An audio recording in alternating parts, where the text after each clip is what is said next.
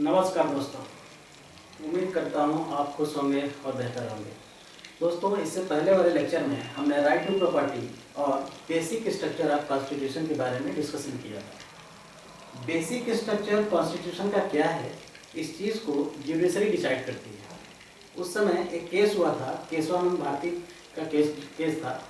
केशवानंद भारती जी केरला के एक एनीड मठ के हेड थे और जो मठ जिस लैंड पे बना हुआ था, उस लैंड को गवर्नमेंट जो है सोशल रिफॉर्म या लैंड रिफॉर्म के लिए लेना चाहती थी। लेकिन केशवानंद जी ने कहा कि right to property is fundamental right और आप इसको नहीं ले सकते हैं। उस समय ऐसे कई सारे चीज़ इस केस में ऐसे जजमेंट आए जो कॉन्स्टिट्यूशन के बेसिक स्ट्रक्चर को डिसाइड किए।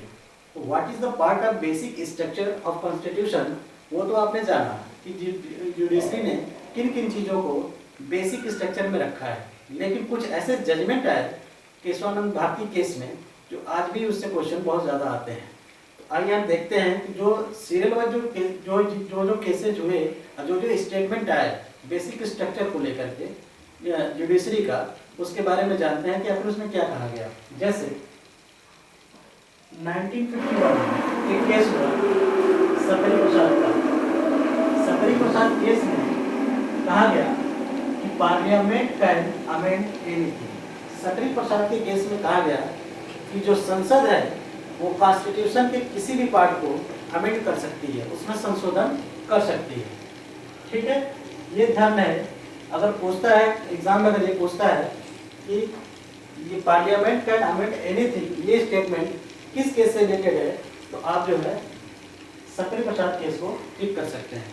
ठीक है, उसके बाद 1965 में एक केस हुआ सज्जन सिंह का।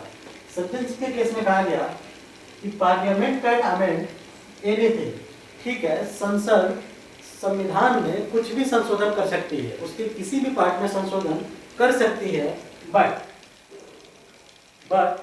एक चीज का ध्यान रखें कि कॉन्स्टिट्यूशन है सम बेसिक स्ट्रक्चर। कि कॉन्स्टिट्यूशन जो है अपने अंदर एक कुछ बेसिक स्ट्रक्चर रखता है, वो डिस्टर्ब नहीं होना चाहिए, बाकी वो अमेंडमेंट कर सकती है। 1967 में एक केस आया गोलकनाथ का केस। गोलकनाथ के केस में ये कहा गया कि parliament can not amend fundamental right.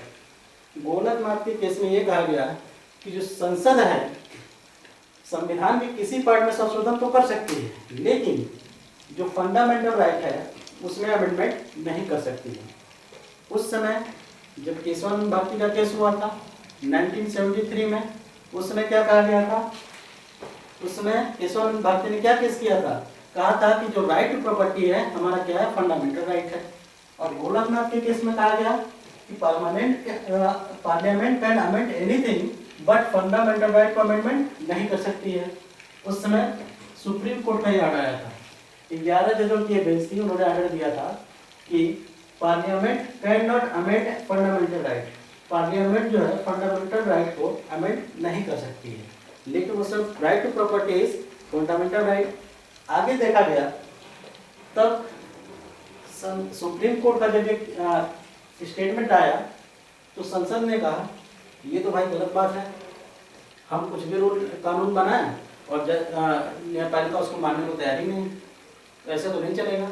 फिर क्या हुआ कि 1971 में एक अमेंडमेंट किया गया, पार्लियामेंट ने संविधान में एक संशोधन किया जिसको कहते हैं 24 कॉन्स्टिट्यूशनल अमेंडमेंट। ठीक है, इसमें क्या कहा, पार्लियामेंट ने कहा कि नहीं हम ऐसा नहीं मानेंगे। सुप्रीम कोर्ट क्या कह रही है, ऐसा थोड़ा हो सकता है सुप्रीम कोर्ट संसद से ऊपर हो जाए, ऐसा है क्या? तो उसने कहा नहीं, हम ऐसा नहीं मानेंगे, parliament can amend fundamental right. इससे पहले ध्यान दीजिए कि गोलकनाथ के केस में न्यायपालिका ने कहा कि पार्लियामेंट कैन नॉट अमेंड, सुधार नहीं कर सकती है मूल अधिकार में। उसके बाद संसद ने एक संशोधन किया जिसका नाम है 24 कॉन्स्टिट्यूशनल अमेंडमेंट, और उसमें उसने कहा कि नहीं, parliament can amend fundamental right. अब ये तो कोलिजन हो गया, सुप्रीम कोर्ट को लेकर, सुप्रीम कोर्ट के आदेश को लेकर के और संसद के आदेश को लेकर के, दोनों के बीच में स्टेटमेंट में तो कोलिजन हो गया कि भाई किसकी बात को माना जाए। उसके जस्ट बाद 1973 केशवानंद भारती केस, जब ये केस हुआ इसमें सुप्रीम कोर्ट ने कुछ चीज़ों का डिसीजन दिया और उसमें बताया कि एक्चुअली क्या है और क्या बेसिक स्ट्रक्चर में आता है। जैसे 13 जजों की बेंच बैठी, उसमें 13 जज थे जो अभी तक की सबसे लार्जेस्ट बेंच से, अभी तक के जजमेंट में सबसे लार्जेस्ट बेंच केशवानंद भारती बनाम केस में ही बैठा हुआ था, जिसमें 13 जज थे। उन्होंने कहा, अब ध्यान देना इसका स्टेटमेंट, इस केस का स्टेटमेंट क्या है कि जो 24th कॉन्स्टिट्यूशनल अमेंडमेंट है वो क्या है, करेक्ट है, क्या है, करेक्ट है। और इसमें क्या कहा गया था कि parliament can amend fundamental right. इस केस में कहा गया कि केशवानंद भारती केस में कि जो 24वां संविधान संशोधन है वो करेक्ट है। और 24वां संशोधन क्या था कि parliament can amend fundamental right, मतलब कि मूल अधिकार में पार्लियामेंट संशोधन कर सकती है। ठीक है। अगला कहा गया कि parliament can take away any fundamental right. ये भी कहा था कि संसद जो है कोई भी फंडामेंटल राइट को ले सकती है, उसका हनन कर सकती है, ले सकती है, ध्यान दीजिएगा। और इसमें क्या गया, एक बेसिक स्ट्रक्चर डिसाइड किया गया, एक बेसिक स्ट्रक्चर प्रिंसिपल दिया गया। अब आपको ये बात ध्यान रखनी है कि केशवानंद भारती केस के मेन स्टेटमेंट क्या थे। जो मैंने पहला स्टेटमेंट बताया कि 13 जजों की बेंच थी, आप इस बात को ध्यान रखिएगा। 24वें संशोधन के बाद को इन्होंने करेक्ट बिल्कुल डिसाइड किया। Parliament can take any fundamental right, मतलब कि पार्लियामेंट किसी भी मूल अधिकार को ले सकती है।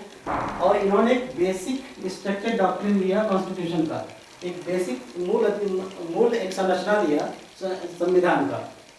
और अगला स्टेटमेंट था कि judiciary will decide basic structure. और इसी केस में कहा गया कि जो न्यायपालिका है वही डिसाइड करेगी कि संविधान का आखिर मूल स्ट्रक्चर क्या है।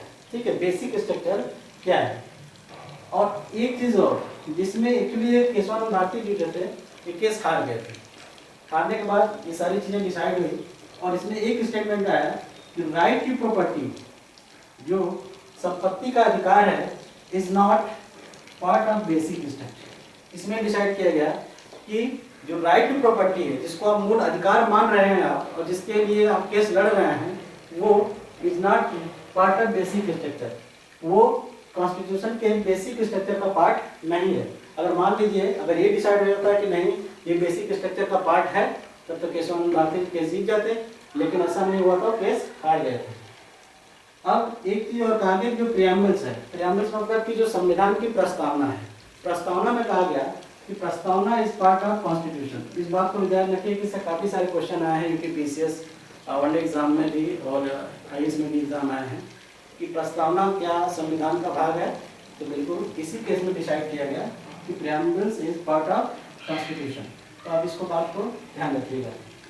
अगला केस क्या हुआ, 1975 में संसद ने कहा कि ये तो बहुत ज़्यादा हो रहा है, न्यायपालिका कुछ ज़्यादा ही गति कर रही है, संसद की बात को मान ही नहीं रही है। फिर वो क्या किए कि एक 42वां संशोधन लेके आए, 42 कॉन्स्टिट्यूशन अमेंडमेंट लेके आए और इसमें इन्होंने कहा कि पार्लियामेंट कैन अमेंड एनीथिंग। कहा कि हम कोई किसी चीज़ को नहीं मानेंगे, एक स्टेट में एक लाइन में सुन लो कि पार्लियामेंट संसद कुछ भी संशोधन कर सकती है। अब तो सुप्रीम कोर्ट ने कहा कि हमारे स्टेटमेंट का क्या होगा, अब उनकी बात कैसे, उनकी लाज कैसे रखी जाए। फिर उन्होंने एक मिनरवा मिल्स में एक स्टेटमेंट फिर से दिया 1980 में, 1980 के मिनरवा मिल्स में स्टेटमेंट दिया कि पार्लियामेंट कैन अमेंड एनीथिंग। ठीक है, sorry, parliament has limited amending power. ध्यान रखिएगा कि पार्लियामेंट को पावर है कि वो संविधान में कुछ भी अमेंड करे, लेकिन उसके पास लिमिटेड पावर है। आपके पास अगर कोई चीज़ लिमिटेड पावर है, लिमिटेड पावर मैंने दे दी कि अमेंड आप करिए, इसका मतलब कि ये नहीं कि आप कुछ भी अमेंड करते रहो, कुछ भी संशोधन करते रहो, अनलिमिटेड अमेंड करते रहो, इसका मतलब ये तो नहीं हुआ। तो इसी केस में कहा गया, मिनरवा मिल में कहा गया कि ठीक है पार्लियामेंट के पास लिमिटेड पावर है संशोधन करने का, लेकिन can not use limited power to get unlimited power. इस स्टेटमेंट को ध्यान रखना, can not use limited power to get unlimited power. ठीक है, इस केस में कहा गया कि अब भाई कुछ ज़्यादा ही लड़ाई झगड़ा हो गया संसद और न्यायपालिका को लेकर के, वो कुछ और कहती है तो न्यायपालिका मानने को तैयार नहीं, न्यायपालिका कुछ कहती है तो संसद मानने को तैयार नहीं। तो अब एक स्टेटमेंट जारी कर दिया गया मिनरवा मिल में कि ठीक है आपके पास लिमिटेड पावर है, लेकिन इसका मतलब ये नहीं है कि आप उस पावर का अनलिमिटेड संशोधन करने में यूज करिए। जैसे होता क्या है कि जब कॉन्स्टिट्यूशन असेंबली बनाई गई थी उसमें 3 लोगों को पावर दिया गया था। ठीक है, प्रियम्बल क्या कहता है, we the people of India, हम भारत के लोग। मतलब कि अगर मान लीजिए लोगों ने संविधान बनाया तो संविधान जो तैयार हो गया इसमें 3 लोगों को पावर दे दी गई, जिसमें जुडिशरी, लेजिस्लेचर और एक लोग आते हैं एग्जीक्यूटिव। ये 3 लोगों को पावर मिली कि आप संविधान में संशोधन करने का, संविधान लागू करने का, इसमें आपको लिमिटेड पावर है, ये नहीं कि आप अनलिमिटेड पावर समझ लीजिएगा। तो इसका मतलब ये नहीं कि जो लेजिस्लेचर है वो कुछ भी संशोधन करता है संविधान में। ठीक है, एक बात और ध्यान रखिएगा, एक डेट है 24 अप्रैल 1973, केशवानंद भारती केस का जो जजमेंट है, मेन जो फाइनल जजमेंट है वो इसी डेट को आया था। ये डेट इसलिए इंपॉर्टेंट हो जाता है, इससे क्वेश्चन आता है। जैसे मान लीजिए कोई क्वेश्चन बना दिया गया और क्वेश्चन में डेट मेंशन कर दिया गया कि 24 से पहले की, 24 अप्रैल 1973 के पहले की, और कोई मूल अधिकार या फिर बेसिक स्ट्रक्चर को लेकर स्टेटमेंट की कोई बात कह दी गई, तो ये बात करिएगा कि जिस दिन 24 अप्रैल 1973 इस दिन जजमेंट आया था केशवानंद भारती केस का, तो उससे पहले होने वाले जो दावे थे उनको नहीं माना जाएगा, उनको माना जाएगा, इसके बाद जो होने वाले दावे हैं उनको नहीं माना जाएगा। समझ रहे हैं?